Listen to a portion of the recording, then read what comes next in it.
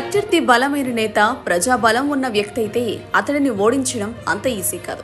కానీ బలమైన వ్యక్తిని కూడా ఎలా ఓడించాలో 2 తెలుగు దినపత్రికల యజమానులు రామోజీరావు, రాధాకృష్ణకు బాగా తెలుసు. తమకు అనుకూలమైన వ్యక్తులను అధికారంలోకి తేవడానికి, తమకు వ్యతిరేకమైన వారిని గద్దెదించడానికి ఎంతకైనా తెగిస్తారు. నాటి ఎన్టీఆర్ నుంచి నేటి జగన్మోహన్ రెడ్డి వరకు ఇదే విధానం అవలంబిస్తున్నాయి. ఇందుకు తాజాగా ఆ 2 పత్రికలు ఏపీ ప్రభుత్వంపై రాస్తున్న దిగజారుడు వార్తలే నిదర్శనమంటున్నారు రాజకీయ నిపుణులు. తెలుగుదేశం పార్టీ వ్యవస్థాపక అధ్యక్షుడు నందమూరి తారక రామారావు ప్రజాబలంలో కేవలం పార్టీ పెట్టిన 6 నెలల్లోనే అధికారంలోకి వచ్చారు. సంక్షేమ పథకాలతో ఉమ్మడి ఆంధ్రప్రదేశ్లో బలమైన నేతగా ఎదిగారు. కేంద్రంలోనూ చక్రం తిప్పారు. అయితే 1996లో ముఖ్యమంత్రిగా ఉన్న ఎన్టీ రామారావును గద్దెదించడానికి ఆ 2 పత్రికల యాజమాన్యాలు నందమూరి అల్లుడు, నాటి టీడీపీ మంత్రి చంద్రబాబుతో చేతులు కలిపాయి. దీంతో ఎన్టీఆర్ను స్త్రీలోలుడు, డ్రగ్గిస్ట్ అని ముద్రవేసి ప్రజల్లో చులకన చేశాయి. పార్టీపై పట్టుకోల్పోయారు.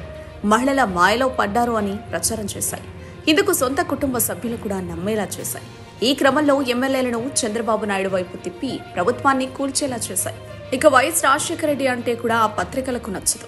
చంద్రబాబు మినహా ఎవరూ రాష్ట్రంలో అధికారంలోకి రాకూడదని భావించిన పత్రికలు చంద్రబాబును అనుకూలంగా, ప్రతిపక్ష నేత వైఎస్ రాజశేఖర రెడ్డికి వ్యతిరేకంగా కథనాలు రాశాయి.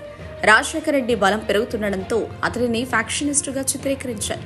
కానీ ప్రజలు వాటిని పట్టించుకోలేదు. 2004లో 2009 అధికారంలోకి తీసుకొచ్చారు. 2009లో బలం తగ్గినా అధికారం మాత్రం నిలబెట్టుకున్నారు వైఎస్ఆర్. ఇక ఇప్పుడు చంద్రబాబు కోసం జగన్ వెంట పడ్డాయి ఆ పత్రికలు.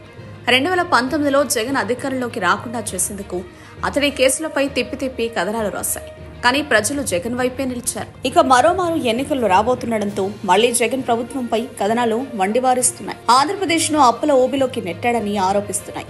అప్పుల అప్పారావులు అంటూ జగన్ బొగ్గరపై వార్తలు రాస్తూనే ఉన్నాయి. ఇప్పుడు ఆ పత్రిక యాజమానుల లక్ష్యం జగన్ను ఓడించి చంద్రబాబును సీఎం చేయడమే. కేసీఆర్ తెలంగాణ సీఎం అయ్యాక లక్షల కోట్ల రూపాయల అప్పులు చేశారు.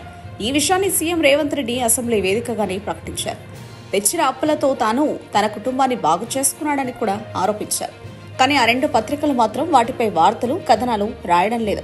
ఎందుకంటే కేసీఆర్ తాను ఆక్రమించిన స్థలాలను లాగేసుకుంటాడని భయపడ్డారు. ఇప్పుడు రేవంత్ తమ మాట వినే నాయకుడు అని కథనాలు రాయడానికి వెనకాడుతున్నారు. ఇలా రాజకీయాలను ఆ 2 పార్టీలు శాసించాలని చూస్తున్నారు. మరి వీరు 2024 ఏపీ అసెంబ్లీ ఎన్నికల్లో సక్సెస్ అవుతారో, వీరి కథనాలను ప్రజలు ఏ మేరకు నమ్ముతారో చూడాలి.